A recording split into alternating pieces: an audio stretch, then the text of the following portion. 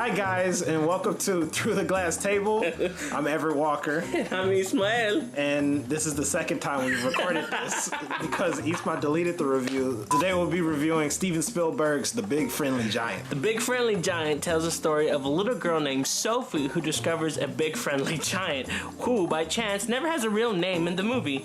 Together, they wander throughout Giant World, catching dreams to feed to people and escaping the big bully giants who want to eat Sophie. And that's pretty much it. So, Ismael, what did you think of Steven Spielberg's The Big Friendly Giant? Man, we've already kind of discussed it. You know, this is a Spielberg movie. So I was, had a lot of wants and expectations for this movie, and it kind of just didn't deliver for me. I don't know. This one, I don't know, it's just weird. Like some of it I liked, and some of it just baffled me. Like, I understand what they were going for. The movie is it's a simple little thing, and you're really supposed to focus on the relationship between the two characters. So basically, a girl gets kidnapped by a giant, and they go to Giant Land, and then that's it. Giant Land. And I get where they were going. It's supposed to be like a fantasy or like a fairy tale, like Hugo almost. I compared that. I told you I've been seeing the film. I said that to you when we left the movie. That's what I'm trying to say. It's very much like Hugo, whereas Hugo was basically like skits and like just little adventures in the lives of the characters. But there was a main plot, the main drive to the plot, but it didn't matter really. But it was fun seeing those characters grow in their little skits, and like you said before, or you said earlier, there's a theme to Hugo, and they throw it out there, and then throughout those little adventures, they grow that theme. The entire movie doesn't really focus on that theme. If the theme is coming kind of like, what did I say? It was overcoming one's obstacles or conquering your fears. Like, that's what it seemed. Yeah, that's what it seemed like it was at the very end in that big battle little scene. Yeah. But it didn't explore that in the little skits of what you're talking about. It just mostly focused on the kind of spectacle that surrounded place. This movie is based on the Roald Dahl. I don't know how to say his name. Willy Wonka guy. Yeah. The guy that wrote Willy Wonka and stuff like that. It's based on his novels, and his novels are kind of like, that type of situation where they're focused more on kind of like the consequences of children and children's attitudes and all that stuff, and kind of them going into young adulthood. There's a long, awkward scene where basically Steven Spielberg takes 30 minutes to set up a fart joke, and I can't explain to you how hard we laughed in that theater. We weren't the only ones. But you weren't even laughing about the farts. I was laughing because I just couldn't believe he would have done that.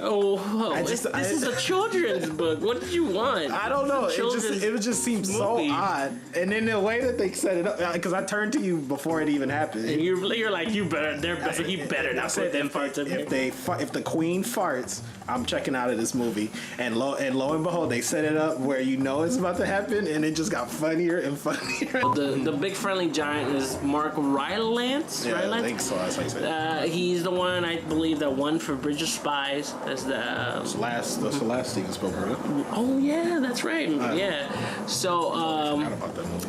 And the little girl, Ruby Barnhill, I think that's her name.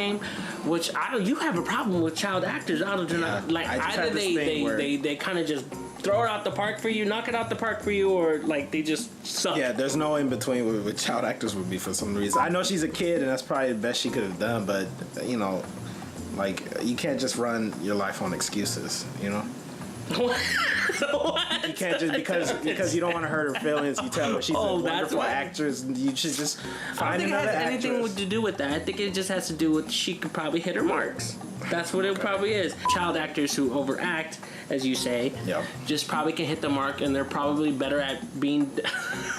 I'm not going there because I'm mad. I don't want to talk to any of you. That's how she acted. She did not. I'm doing to let you know that I'm mad. I'm sorry, but no. If you're doing that, we have to compare Mowgli of the movie. He was pretty bad too. Mowgli and her. Mowgli was worse. Mark Rylance was really good. He sold me for the Giants. I think it was a combination of the CGI because that thing looked real. I just didn't understand what the fuck he was saying half the times. He's never went to school with the Giants, so he's making up words. he's doing. He's stumbling. He knows how to read and write because he's been taught by another child. It's like folk talk. Yeah. But I don't know. I seriously, it felt like I was decoding the messages.